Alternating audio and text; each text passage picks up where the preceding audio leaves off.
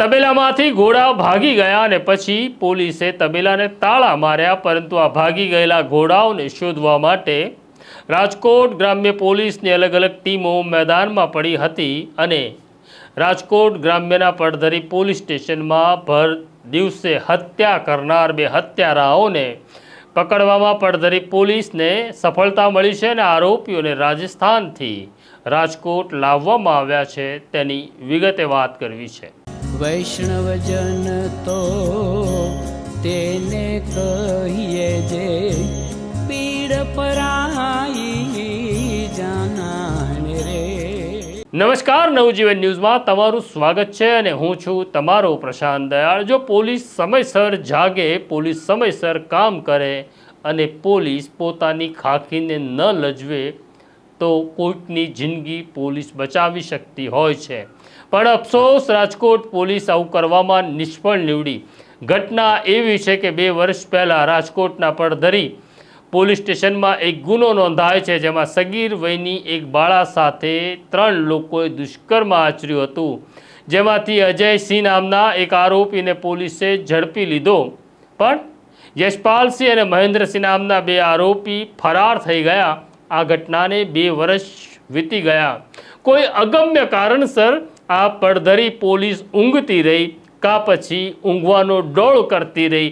2 વર્ષ સુધી આ પોલીસ સગીર દીકરી સાથે દુષ્કર્મ કરનાર આરોપીને ન પકડી શકી। એ તો શરમજનક હતું, પણ તેના કરતાં વધુ શરમજનક એવું હતું આ ભાગી રહેલા આરોપીઓ સતત દુષ્કર્મ થયું એ પરિવારને ધમકી આપી રહ્યા હતા કે અમારી સાથે સમાધાન કરો, સમાધાન કરો, પણ પોલીસ કોઈ અગમ્ય કારણસર રમત રમતી રહી। રમત ત્યાં સુધી રમી પોલીસે કે આરોપીના પિતાએ સામેવાળા સામે ફરિયાદ આપી, તે પણ નોંધી, પણ આરોપીને ન પકડ્યો ને આ ઘટનાને 2 વર્ષ વીતી ગયા।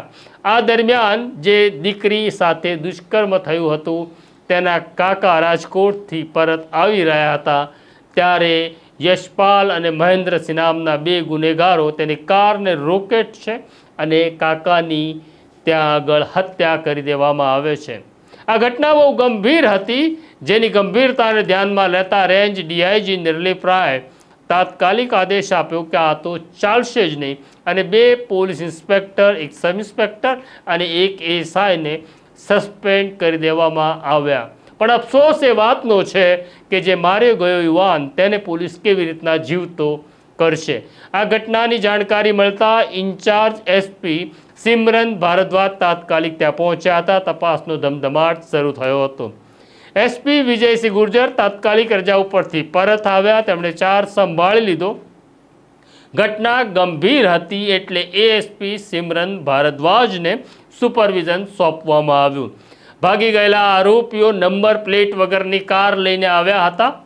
તપાસ કરવી મુશ્કેલ હતી, પરંતુ સિમરન ભારદ્વાજે અલગ અલગ ટીમો બનાવી સૌથી પહેલું કામ એ કર્યું હતું કે સીસીટીવી કેમેરા ચેક કરવામાં આવે, ભલે કારનો નંબર નથી।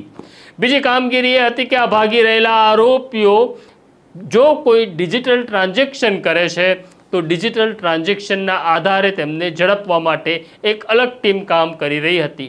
આ ઘટનામાં સિમરન ભારદ્વાજે એફએસએલની અદ્ભુત મદદ લીધી ને મદદ એવી લીધી કે ઘટના સ્થળે જે ટાયરના ફૂટપ્રિન્ટ મળ્યા હતા તેના ફોટોગ્રાફ્સ, આ પ્રકારના ટાયર કઈ કારમાં લાગેલા છે તેની તપાસ પણ શરૂ થઈ। આ દરમિયાન જાણકારી મળે છે કે આરોપી રાજસ્થાન તરફ છે। સિમરન ભારદ્વાજ રાજસ્થાન પોલીસ સાથે સંપર્ક કરે છે। રાજસ્થાન પોલીસની ઇન્ટેલિજન્સ બ્રાન્ચને પણ કામે લગાડવામાં આવે છે। એમ ગુજરાત અને રાજસ્થાન પોલીસ સંયુક્ત રીતે એક મેગા ઓપરેશન પાર પાડવા જઈ રહી હતી। આ આરોપીઓએ ગુજરાત પોલીસનું નાક કાપ્યું, નાક ફરી સંધાશે નહીં, પણ આરોપી ઝડપવા જરૂરી હતા। એસઓજી અને લોકલ ક્રાઇમ બ્રાન્ચની ટીમ રાજસ્થાન ખૂંદી રહી હતી, ત્યાં રાજસ્થાન પોલીસે આપેલી ટીપ મહત્વની સાબિત થઈ। યશપાલ અને મહેન્દ્રસિંહ પકડાઈ ગયા છે, જેને હવે પડધરી લાવવામાં આવ્યા છે। હવે આ મામલાની તપાસ પોલીસ ઇન્સ્પેક્ટર ચૌહાણ કરી રહ્યા છે। પણ ફરી પેલી વાત છે કે જો તમે ખાખી પહેરી છે, તમારી ટોપી ઉપર અશોક સ્તંભ છે, તમારા ખભા ઉપર અશોક સ્તંભ છે, તો દેશે તમને એક જવાબદારી સોંપી છે। દેશે કોઈને જીવાડવાની તાકાત તમને સોંપી છે. તમારા હાથમાં જે લાઠી છે એ લાઠી નથી, એ કાયદાનો દંડ છે અને ગુનેગારોને દંડ આપવાનું કામ તમારું છે. અહીંયા તમે કોઈ ધારાસભ્ય મંત્રીની ભલામણ કે પૈસાના જોરે કોઈને બચાવી શકશો, પરંતુ કુદરતના દરબારમાં જ્યારે તમારો હિસાબ થશે ત્યારે કુદરતની લાઠીમાં અવાજ નથી, એ યાદ રાખજો. આ સ્ટોરી માટે તમારે શું કહેવું છે કોમેન્ટ બોક્સમાં જરૂરથી લખજો. અમારું બેલ આઇકોન દબાવજો. અત્યારે મને મારા સાથી જયંત દાફડાને રજા આપો. આવીશ પાછો નવા વિષય સાથે, નવી વાત લઈ. નમસ્કાર.